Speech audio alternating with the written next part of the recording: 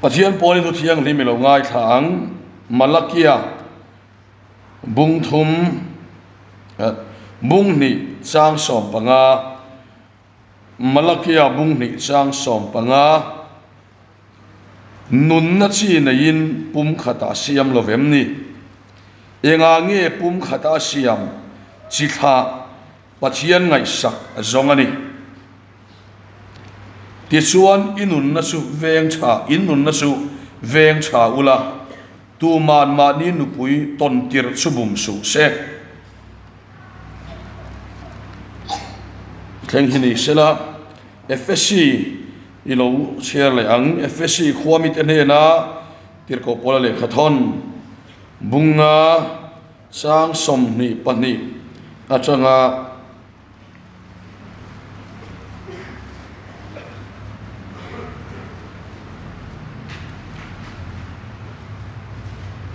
sang som ni le pariat thleng hian nupui te u lalpa ne na in tulut ang hian ma ni pasal te ne na in tulut ro Krista chu ama ngei taksa chandam tu nia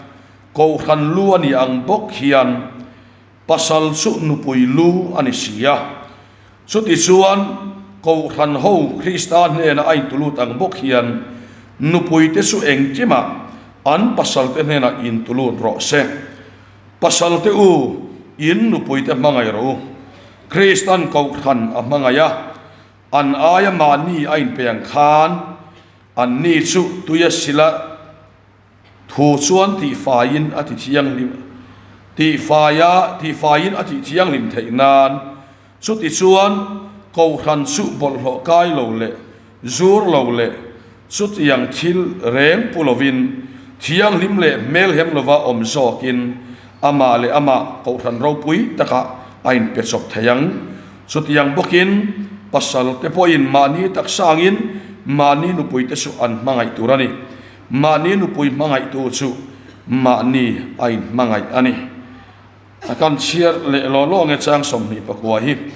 tu man mani ti san hongai si lova an som nin duat jok thilani Kristan ko khan asoma aduat ang hian FSC bungruk chiar leang sang kata changa sang li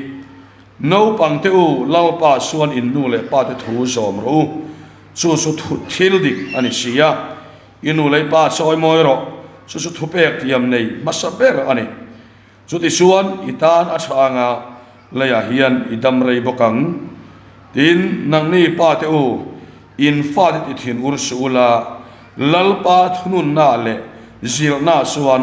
en kol so ro u thu kan siar tilal pan kan satan mal min som sak ro se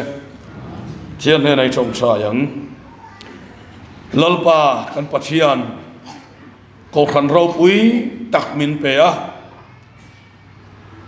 i chung ko ro pui taka telve thaya min siama wangin lom thu kan khela che lalpa tun huna hian e Christian chung ko crusade na in rin sana sang khan hun kan manga zanin hi to besana ni thupuana patmos hiar kara zo ne na iron in soidan chuan ke hi alpha le omega abul le to ahmasaber le anu perachukani kathia kalonung le ta mithi khocha bi te sukane ni itia abul min tan sak angin atop zaina hinang ma min khar sakang che hei Isu Krista mingin kan dile amen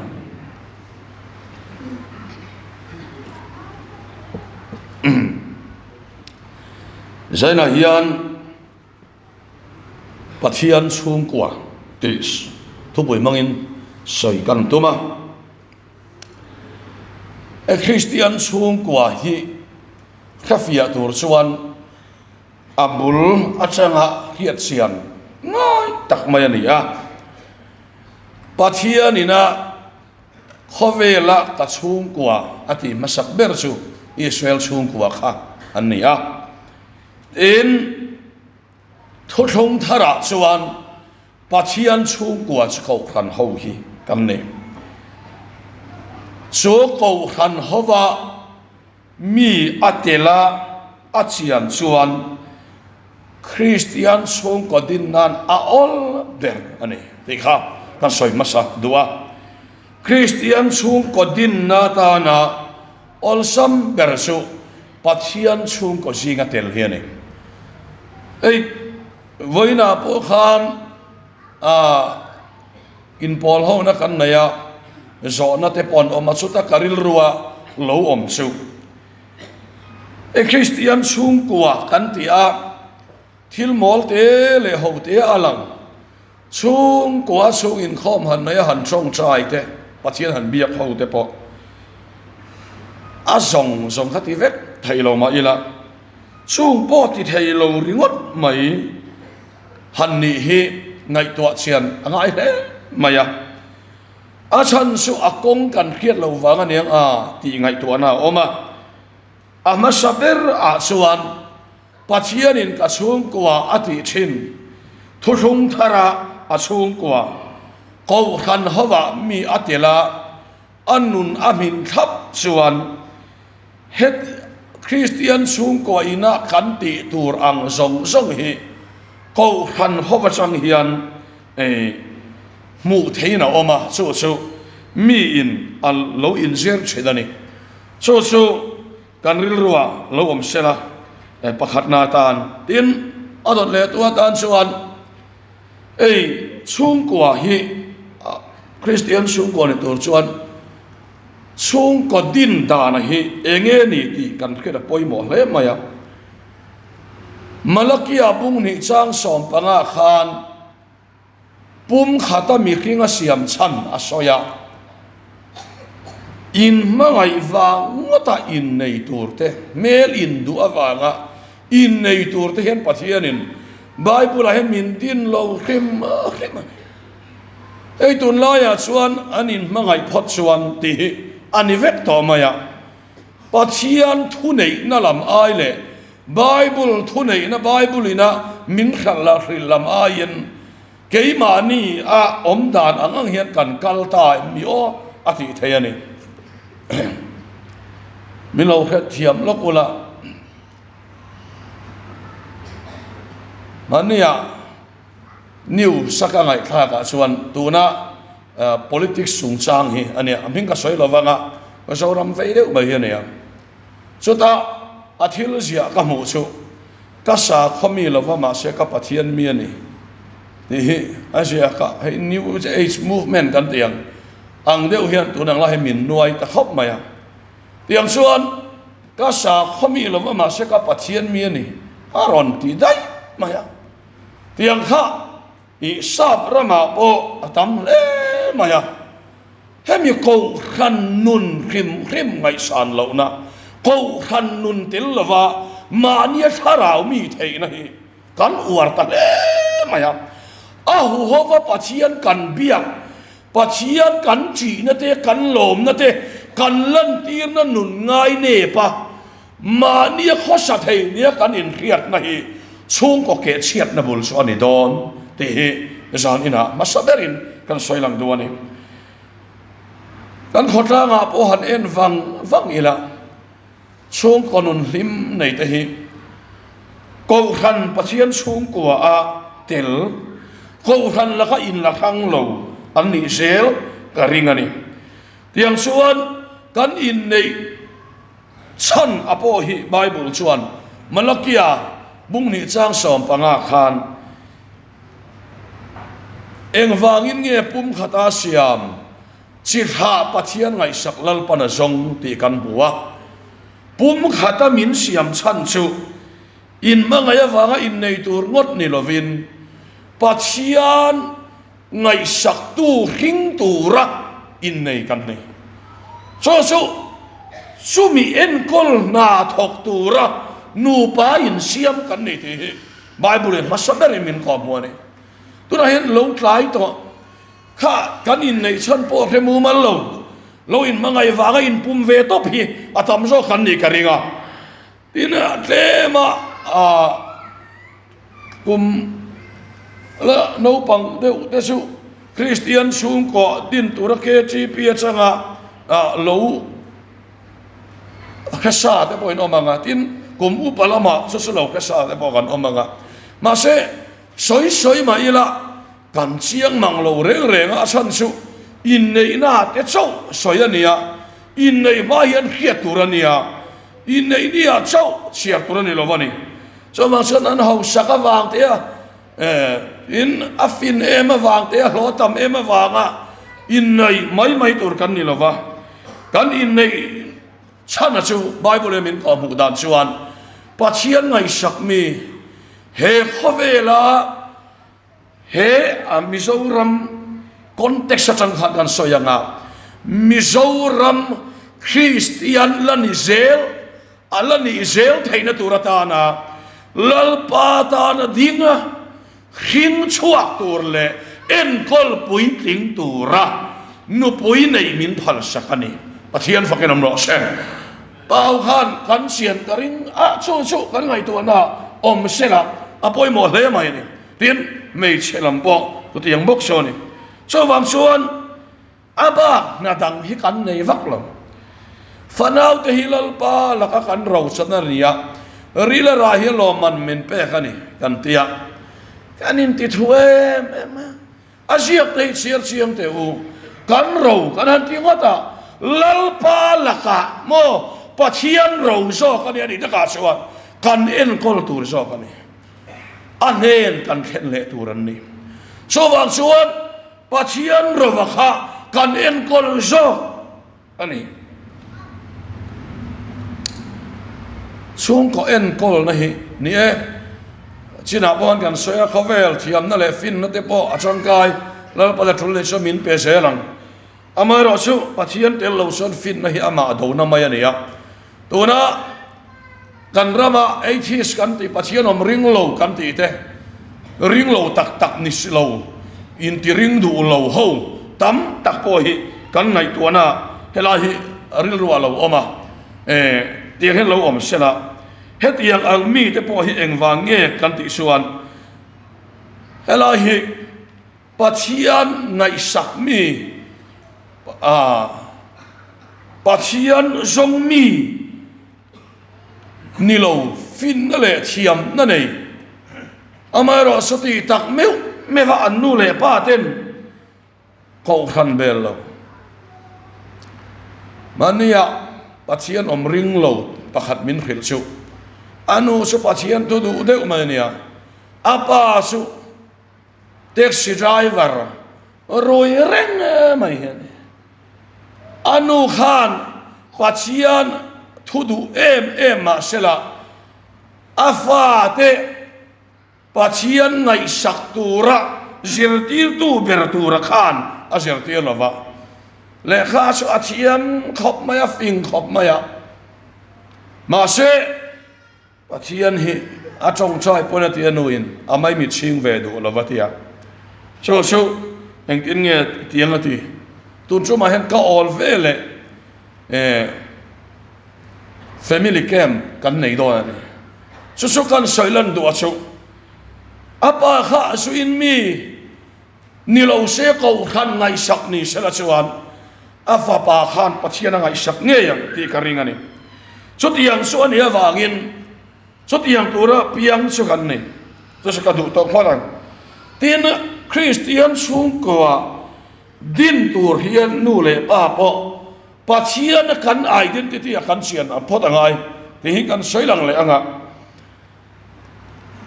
pathian kan identity kan sian ngai dan chu ti hian soi tai la kan fatihan han ruya isual lu to kan ni kha i piang thar lo ni kha krem munai klang nge kan han vo al thor maya hau na le thin urna nor pian thar kan tuma chu anin an ma ni lama bonin hereng asia an sak lo dalam te sualina boy be sia te anin khia an tan har em ani chu wang suan Sunday school an chuak an nia no pang Sunday school atanga sacrament department a seniora an ron kal chua to chuan ye ti khan nang ma kha i cha ti na lam ni lovin nang ma khai piang thar ti na lam ni lovin pathiana Krista a chi se thei lo laka piang thar ini to pathian fa ini to ani ti hi an identity khil ya poimo le ne siam chati ay nga ma mai kan tum ngar ngora tunge anni ti an in zo ta ne tunge anni ti hi kan khil khiat an ngai ne ian tharna mi zo wina kan khiat chu style a kan kal ral lu to khe apoi ka tia min lo that hiam lok ula ke po revival speaker thau kan ya kan ti dana te kan emotion te hian pian tharna om nia khiat na kan nei klata phur na le tuina hi pian tharna mo kan ti klata hei so aron lang chua aron lan chua na mai ania phur le tuina hi alan chua na chi khatani kan ti photeng la an phu reng reng hian hlaril tak tak thumak ka soinin theilo chu kalvari chan chen ni ti te keisu lam lui lui ya na lam tu la henan phu ka ring lo re kho har taka an om na muna lam dong thi chu phur na ringot khap yan tharna ni lo ti kha chi em em ani mai kha chu sanga sa ko sam ko palia ka piang thara kapian harlimian kapain cumi masuan kalama katui lutuk mai kalama katui em mai kharuk nuwa katui na here vek lam sak na re ni ka nei to lova khove la kal sak na po ka nei to lova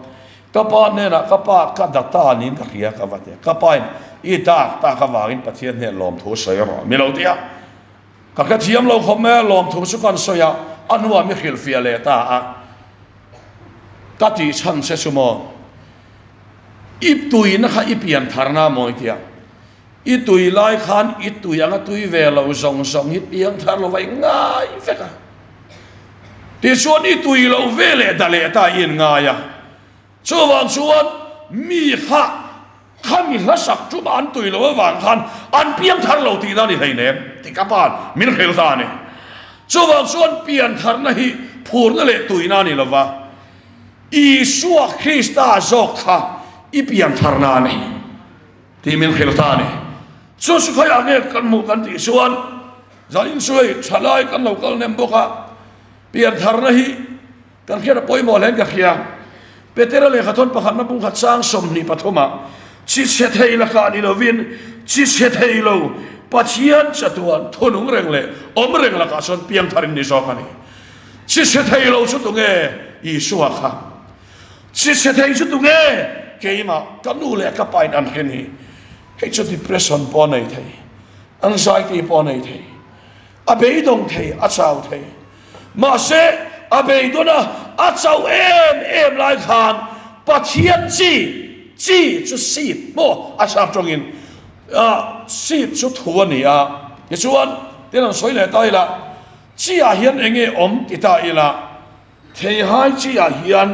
chi chaw om lova a kung tur oma achang tur oma azar tur oma achang tur oma anna tur oma ara tur om vekani so tiang chia suan voi ni hian ka tui lo lai ber po yen pathian thu keima anum kha ka pian tharna ne tin karil ruan at lai per hem na ka to a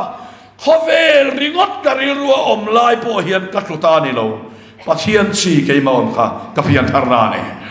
so wang son khovel hem nei na minoi mup lai po in keima hian pathian chi om to ne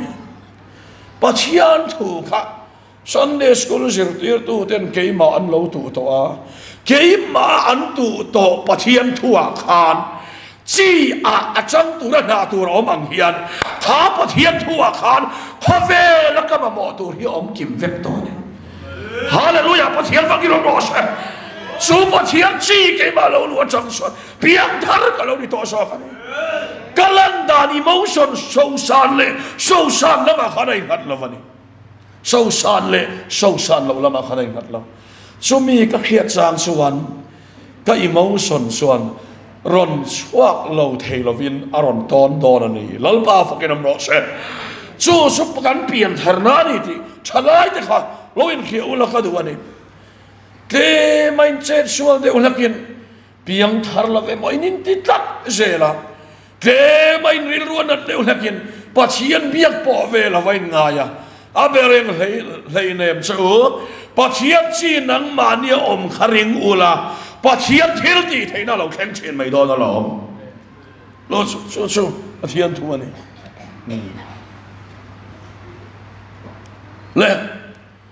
pian thar na hi camping a o hian ti khan kan sue ti khan in ringa ti polan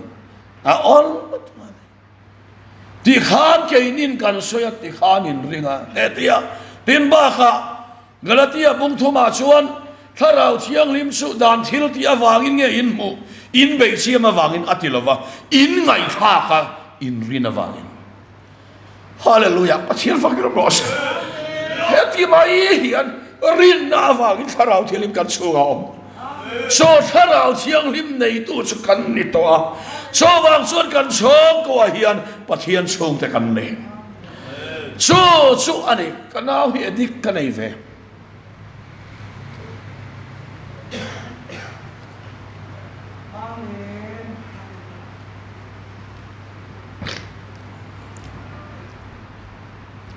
min lo khat hiam mula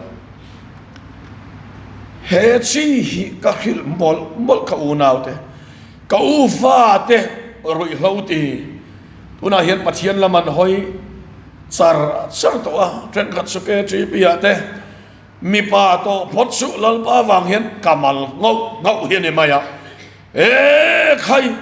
khat yai om choni piam thar lo ka ti ve ngai lo wa i piam thar to pathian fai ni to mi ti yang hian ti ve du su lal pa na om pu yang se lau so kan in zirtir da na hi adik a biblika langai te po han ti ta ila pathian thoin kan ni na soi hi kan in khil kan in pemol mal turani ti pathian thoi min ko mo ni le yang chuan kanau hi aron hoa a chang chuan mi motor noi ten lo mule top ba le chu pa chu in veng mi dur tlang lama nar sathok to po hin a khiat siang via wanga a thona muna kanau po su ka han ruaya a kalna pianga hian ka ruai maya salom lama kalangai le ka ruai maya piang chuan ka chang le hian ya nei nu pui fanau te nei to a chunga po chuan anena ka soi tamber chu voinia hian tluwa a chau lai po in i thole don pathian fai ni inena pathian si om to tlan bo san tum ma i tlan bo san thei to don lo i tal nak le lal pa hin ang ai tal na ni mai pathian ta ini to ani nang chu tlem i lo chiang lo ni ti zela ye kan sak lo na lai son te khai nang lo wa so wang so nu na tu ni e ka chiang ani ham ti bik turin ke ni po ek ma tak hi kan chiang hei ne ma che lo chuan so wang chuan har san na tok ila ama che lo chuan kan buai ve thoma kan va hian lal pa te lo so ek ma lo mai kan ni a tel lo vai ek ma lo mai kan ni a wang hian kan savaya chunga nung to re le va na ni lo vin le aron kal ta ni ek din ye soi thabuan tu dang ka peng so rei lo te ta ni lo patai matan po ti lo sa tua na in ne op to om se ro pui ka ti em chu chan sin tha so hana bung so pathum chang khat he ni amami khovela om mangai te chu atop khangin mangai china atop khenga chan ngai lo he atop khenga min mangai tu ani ti kan khiat sian suan voilia hian lalpa kan chan lo thei lo mane so pathian thei min kom wa so wang suan he Krista a hian kan chung kwa hian pathian chung kwa kan ni Christian chung kwa kan ni lau reng su iti lo ngam na tura om lo su wang chen su ngin khomi iman ngam lo na tura om lo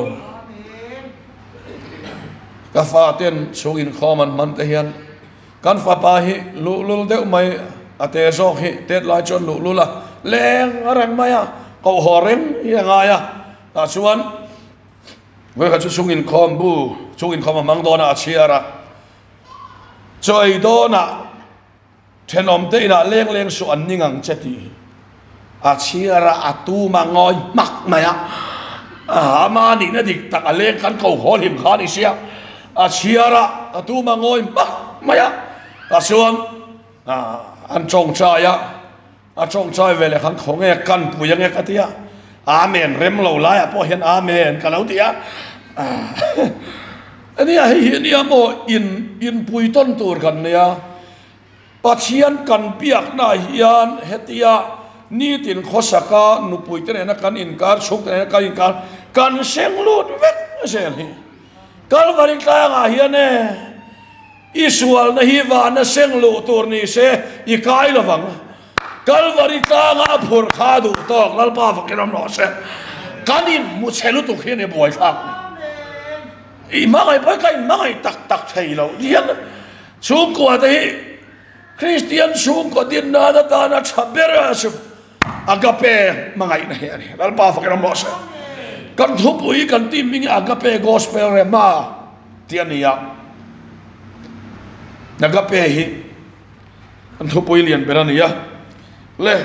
ta chuan in kapat te team kha gospel agape gospel puang tuan nia agape hian team an ewanga la kan ilova he pathian mangai na hi polan kan thin lunga ron leya atia abraham pathian kha isaac pathian ania mangai na ka pa he lai puak kha kan he lai puak ve ni su agape hi mangai na hi phuar fam kim na ni bible chuan chowa son mangai na hlau na bovani atia chowa son pathian mangai na aya sakhi om lovani ei su ko din na chaber hanin hau ila pathian kan biak na senglu to lo to ai atur zong kan soi tiang kan nu kha ang khep ma sela an khep awanga pathian ma ading lai ilo muni khwalo ani chuan nang ma khai dik lo thina ni so ba suan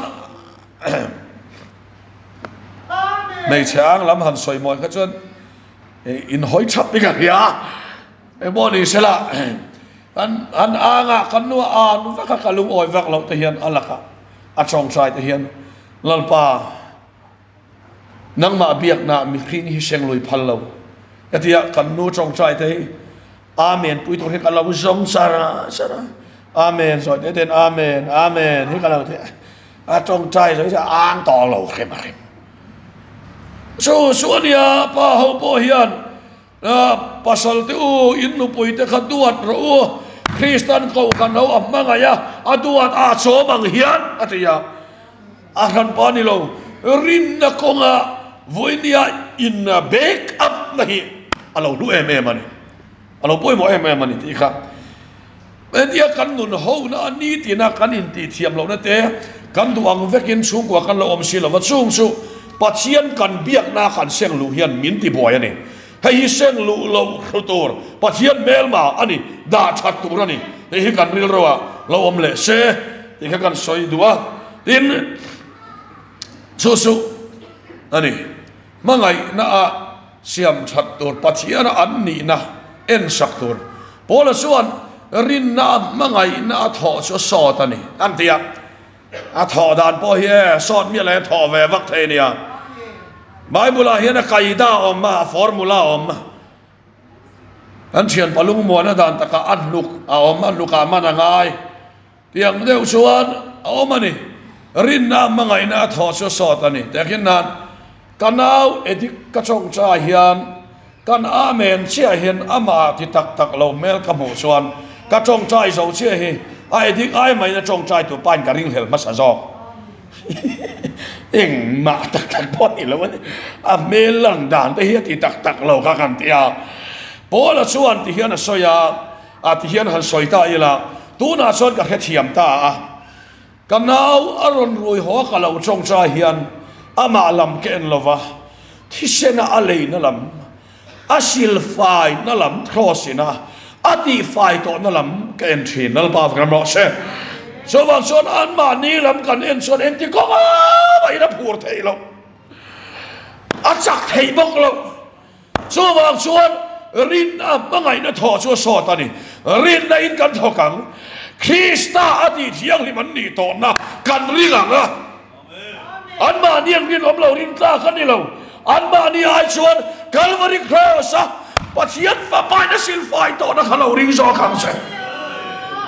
rin na wang hian pathian thil ti theina ven chin ni atia chu alo khem don ni ti pathian thui min ko mo ne eng tin ni kan thuang eng tin ni kan tiang camping te ni lem lova crusade te ni lem lova soi ka soi thui lu tuk chuan arai lu tuk kang ti ka hawa na tin tuna hian su tiang anga tho chuan pathian ni ache nge nge ani ti hi pathian thui min ko mo ne Christian ram lo cham ri ngot tur ni lo reng a thei lo lal pa lo cham ve ngai lo pathian va kenom lo se so wang suan kan te yang kan ti dan ero chu voi ni hian lal pa chang ani ngai ni lal pa chuan pa te u in fa te tin ur su no pang te u lal pa chuan ti te lal pa chang ve khani ati nakha om ve khani tia tong pong nora thang chat lak tumat wanga be vak poni chuang lo cho pathian thui min ko mo ni le tiang jo soi tu ra tam maya adot le chuan mi pa in su kan khira lalpa kan din nge tlat chuan pathian in thuwa thun na kha mi pa kan nia so wan chuan pathian a che mai don so pa ber hian kan ti tak a foi mo ni kan no pui fanau te hian pa a lo tam ber an mo chuang lo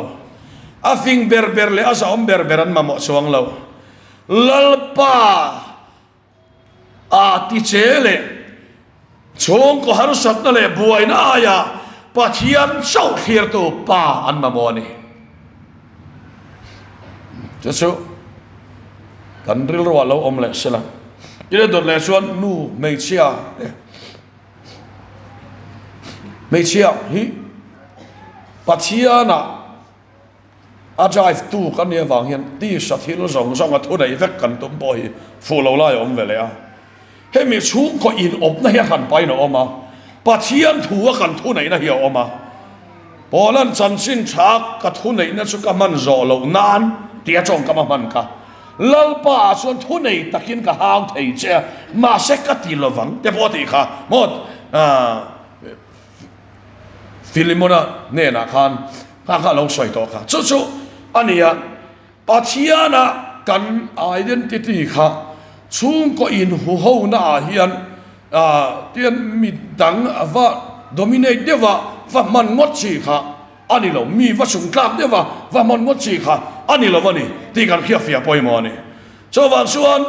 he nga hian nutama tak pasal te zuroi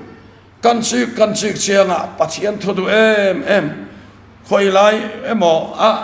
lungphun to na alam tui pol le a lo mu rang em pol he no so pathian to du ngai mai ati te anin chung kora family camp te home process te kan nei pu kan kha chianga rinai an lo lal ma zela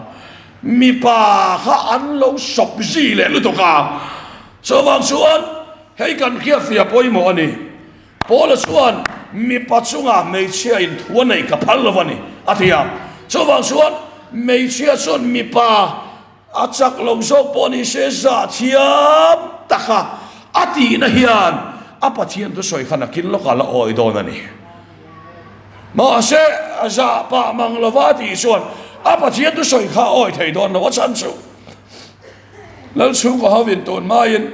nun thuruk te soi tin nge mi ter mu thayang nu te sarek thuruk ma mu harin nun thuruk te chon mu thei lai ne an lo tia chu tiang ma chu ni lova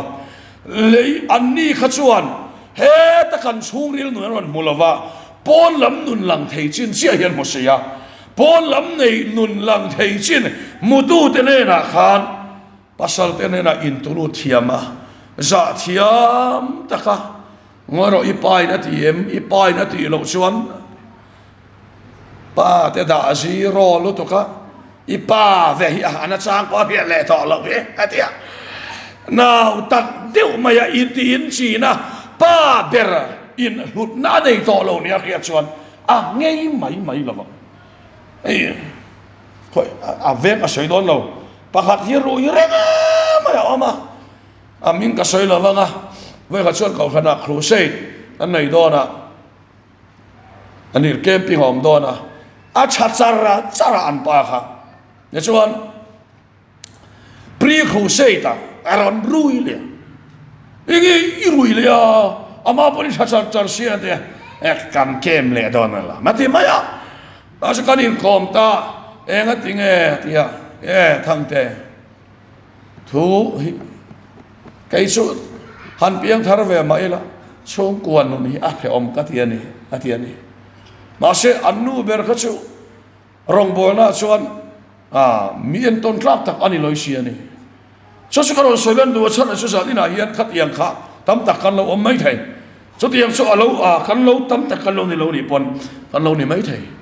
kan pasal te khan an sik lo wa ngota thu nei viau turani lo mi pa an ni na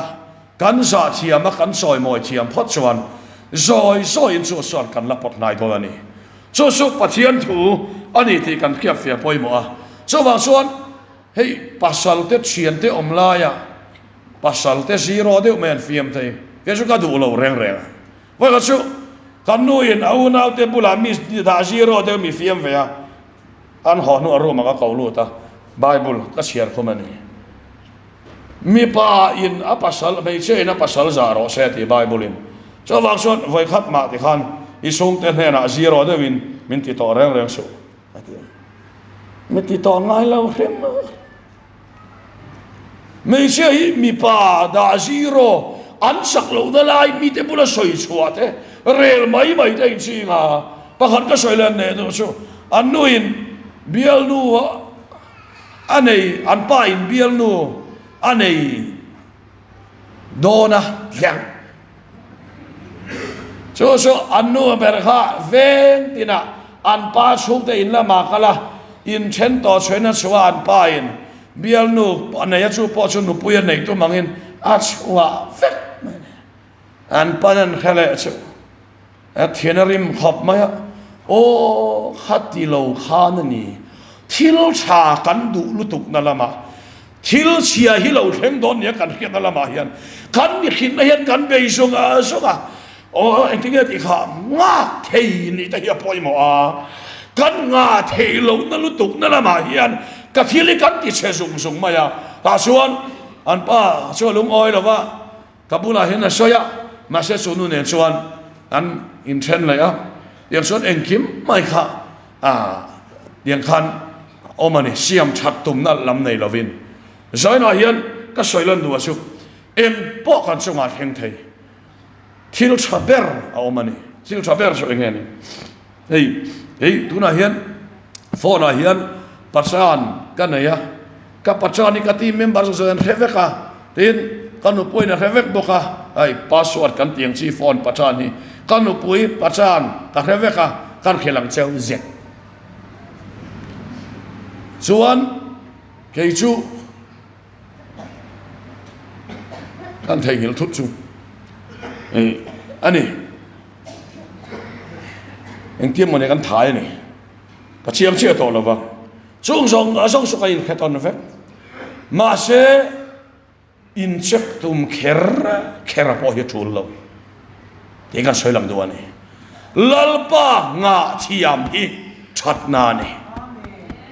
lalpa nga thiam hi thatna ni ani lo va in vir pil po hi om ve thai mo thil tha kan du la va in vir pil po hi om ve thai ya ai nga ma in ring hel re ma khosak tur po hi ani lo so po sa kan ngai to na om sela so wa son ama ero su rin ngama pathian lama kan chan khot chuan voi ni a hian chung kwa hi lalpan min din sak ang ti ringila ti ka kan ril ruwa sila poi mo hlani tiang chuan ta soilan le du chu chung kwa pathian biak ho hi poi mo hle maya chung kwa pathian biak ho na mi an nei tam chuan chu an in kom ho tam an in share ton tam chung kwa pathian biak ho na kan nei tam lo chuan har sak na poi kan in share lo nge lalpa kan biak ho tam na chuan pathian biak ho na hen in pum khat na min siam kan chung kwa ti lam tlang chu wang chuan biak ho tam hi poi mo ni ti kan soilang le du ani tiang chuan kan in kom tama biak ho tam lo chuan ke hian mani a rang ten kan oma adot le chuan ka soi sung zuang ai mi somli ka soi to i pakhat na tan chuan in kom tam ka ti le teng sitting room ma mo common room ani mo thut tam mo kha ani tv te en chat le ngai to manin tv kan nei theu to mani tv ka ti mai ti hian mani room te kan ena ina imo til sual ti mia lo maula chung ko in lak khana in lak isolate lu tok chuan mo te chung te po ning room va lu don po lu thei lo enge han ka po kan so bai thara la mi khatiang ang si kha alo rei chuan midanga ahlim na te midanga lom na te laka in lak han chuan inun hi angoi tol to lang midang si nga tel tama piang anu na hlim thing chuwang chuan thalai depression anxiety nei tama takhi atam ber chu sir chian na man in la hang si ani tang puyani chuwang chuan le khai sir ani point isir chung bak chu I chung te pula tam ro chu sa ti chak don se ni pathian pakiram ro se hei ani ho tu na siam kan ni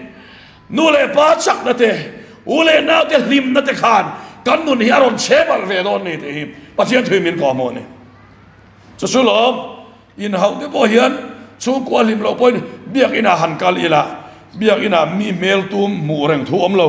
min lo liman lo lang to su kha khan min kan kang kai ve a kan la ve le ma ya chu ba son kha ani mi dang ji ga om tam hi lim na sak na ni ti pathian thui min ko mo ni nang ma I la khan so eng ang point fingin thiam ma la I chung ril nun tak tak atsak ngai lawang en khan bi ni in nga yanga mu sit bi ka in nga yanga midang ji ngai tel tam chuan I thei na te alo lang suwa ka nga midang aya I talente I special na te alo lang suwa ka nga so nang ma ti chak don se ni pathian mo kinam lo se mani om cho so tu nge kan ni kai kha thei ne tiro enga ma hi hai choi no om lo so wang chuan hei hi zanina kan ngai tuana om se chakhop mai so wang chuan mani phone bi ngur lovin ne sung te singa mo living room a khata khan khong kan om ve te ang kan chu ve te ang ti te in kom tam te tu dang lai kan chala hian chian an kom tlem ta em maya chian kom tlem te hi ngai that na chi ani chong mi alo rui lo an wati lo ringota an nu na hian pathian tak ai chuan har sat nai atam tu em mai ni zo na tam mo mi him na khan chim ve lo chu wang chuan het yang tur ngot hian ni lawani le kha kan sir awang chuan kain khung rangang apia lama chuan chung te singa thian te singa tel tamang u te hi kan soilang du a chu wang chuan ke chi pia in mang le khasir pa ke chi pia in mang so thiam na in ang ro rawa mo an in khau lu to kani chu wang chuan an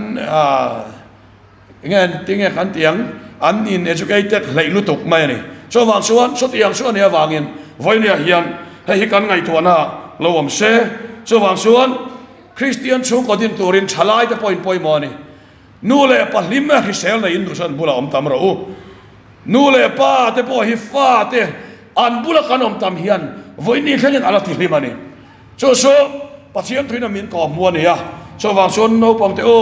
lal pa chuan in nu le pa te thu zom ro chu thu pe tiam nei ma saber pathian ina minat tiam min promise masak ber su nu le pa thu oi awanga mal som don na hiani rila ni o nu le pa thu o hi alo mai mai lo lo tama wang te thu ngat tu ni lo wa dia ka soi sao le te ang ai ya rei don si la ba soi tu la tam sia ai lo tama wang tu na ngai hian chalai a lo tam hian a lo tlem hian rak vet to ma ti mai tu ni mi na hian valengi la tama tak hi chu nu le pa hi khin tu nu le pa thu ber tu lal panadan ni ma se a lo tam hi a thuan chang to wa vai khat chu nu la pakhat hian anu te a som to wa anu pan lai jong chu anu na soma anu sarkar na thok lova chu ma ni lo ka khiat ani te chuan mi thi na ruang chunga khan anu in video in cover ka chuan chu ta cover lai chuan a thiam lo ati dewaniam mi si nga khan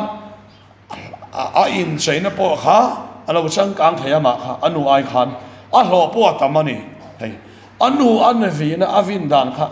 kanu pa hian kan se o a hlo tama piang thu nei tu anin ngai ta mai hi awa poi em inu le pa thu nu ya ikun ngai lo chon hlo thing ma la i ma lo cham na ba koi na buak chuang lo cha lo thing ma la lo cham na ba ki na buak chuang lo cha ni tia soi te yang tar te za na te en kol na te nei lo vin lok mai kan kan in nei him hian kan nu hi ei upamuna bula son ka lo soi to wa an sum kwa engemo zat an workshop mechanic engemo zat a som thum som lirwal lo chor an nia chung ha lo ko kwal the ni nula senior kana ya ke chi pin nula senior fel lu tok mai ni lai zan thu pui hong thak thopa fel kana ya mel po cha nu lian po lian pum thum cheng ni man chi he ni velova tin anu pa upa ni boka anu hi khan me chairman biala te po ni ren to nia Christian sung kwa in en kol an ni boka kei po hian ama chang zir tam tak ne ni tiang so nia ta chuan ka pa hi vai kha chu a in rin ma in a huat wang po ni lovin tong kam vin hian alo vin ani ka pa hi kum som sari a chuang to vin tla khani to lo ati vin tla khani to lo kum som sari chuang to idu la khema min vin ro he chu hei kala khawlo han vina wanga lung phu buai tur po kala ni lo ati ngoi ne sara kala khisela kapa chikum som saria chuang to achak to lo vin tla khani to lo so wang chuan kapa hi vin to ngai song se khati avin lai ka khe to lo ra kan nu hian mi mu ve dan ni ka khian ka sei lo ka nga ani MA sociology ni ka MA po ka thleng lova so wang so ka le kha thiam da ya ma se ka soi ve du chu Abraham an sari aya nang che hen mi en kalal pa miti Abraham kha sari khan u ap atilo uraham potelo va kalal pa my lord atini so wang suan alal pa pachian dot tu chiang hian mi ena so wang suan keipo kanu pui ina mi en anga sapa pachian ne na in ka cha ka ti tur ka ti ve thainan kanu pu hian mi ti chang ani so tiang sia chuan bin in ti chak ton cheu kan ni ti hi khria ila so tiang chuan zan ina fa ten pa kan ti saka tin pa te o fa te ti thin ur so tu lawa tok pong in vin vak mai te hi voi ni hen asiam that le a har to lo to so wang chuan in vin vak te hi lal pa rin lo wang mai nia ka vin lo chu pa hi che lo palang tin lau mai ya so wang son vin kher khang ai lo so wang son ai kan khia fe poi mo in lo vin palani poin hei pathian ring ro thil chalawa ril nal to ka in siam tai a chalawa so wang son mangai na in en kola pathian mangai na hian ka mangai pha kem fa te kan lo horum the nia nu le fine huwa to be chom Christian su ko din dana om to lo cha se kan dur kan ho em ringot cha se di du ringot he chat na ni lo mangai na hin siam chat na ni so tiang se so sa din a hian u nau te o hei hi tan ken ko phot chuan Christian sung kwa alo ding se langa zoram hi hinduram ani ngai lo wanga Buddhist ram ani ngai lo wanga Musalman ram ani ngai lo wanga kum sang po liam ma se Krista lo kal le ma su Christian ram ani selang so tiang tur suan zatina hian lalpa chang katiem lalpa changin tin pathian ne na thulu zelila keinin ti theina kan nei lo lalpa nei ati thei tu ne na fin na din selang thu kan soidal pan kan sa tan mar som ro sa